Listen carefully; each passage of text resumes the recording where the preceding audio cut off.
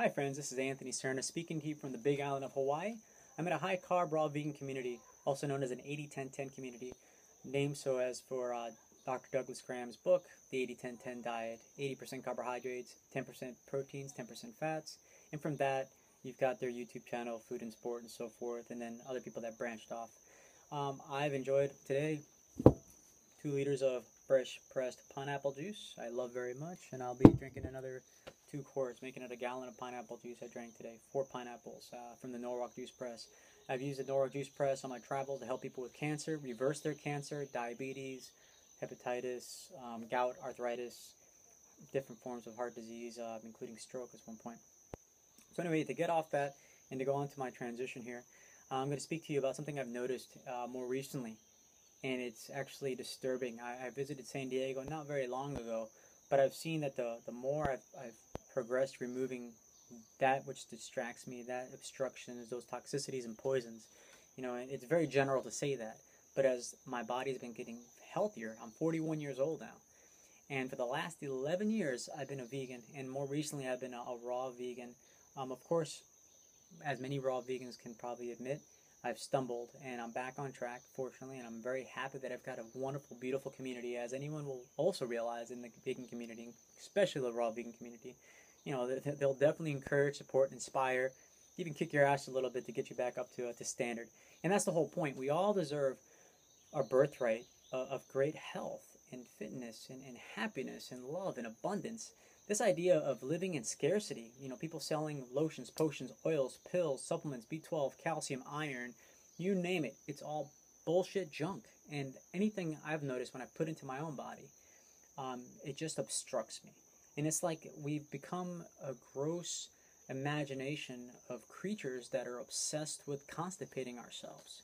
And as we constipate ourselves, our fecal matter smells disgusting, our sweat is disgusting, our breath is disgusting, our senses are all clouded and numbed up. And even the idea of sex is actually disturbing because of the smells and the old cesspool inside us. And more recently, when I traveled to San Diego, I learned firsthand, as opposed to how I live here. As I live here, I live in a hut that's screened all around. There's animals, there's dogs barking right now in the distance, there's cows not far from here so I can hear them, as well as roosters and chickens, birds flying all the time. Lots of mosquitoes, and many other animals and plants. I live in a community that there is a lot of fruits growing here, plus I can go to the market and pick up fruits when I need to. The idea and the goal is to reduce the amount of dependency on the outside and, sustain ourselves here. But in the meantime, I want to bring to light that when I travel to San Diego, or when I travel to the mainland and many parts of the world also, I've noticed that a lot of us have been the frog or the lobster that's been put in a warm pot, a warm cauldron, you could say, that's very comfortable to sit in, and then the temperature's been raising up.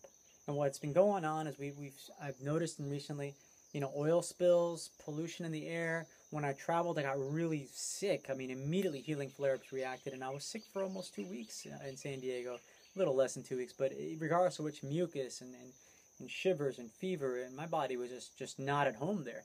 Here, I got natural sounds. I got fresh water. I got fresh, ripe tree fruit. In bushes and all that other stuff. Anything I want, I pull from right there from the ground. And the soil is beautiful when we have the soil to use.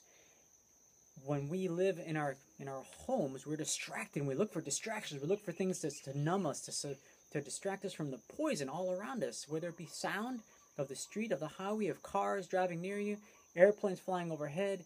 Some people are looking at and finding chemtrails and just smog all the time. You cannot find fresh fruit off a tree or a bush outside where you live. You're forced to buy things that are just poisonous to yourself.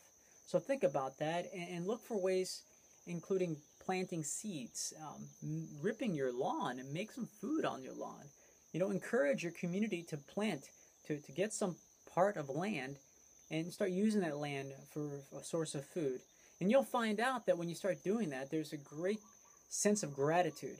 It's not you can't just stop at being vegan or plant-based, which are the healthier options here in the diet world, but you have to maintain your external environment as well as your internal environment.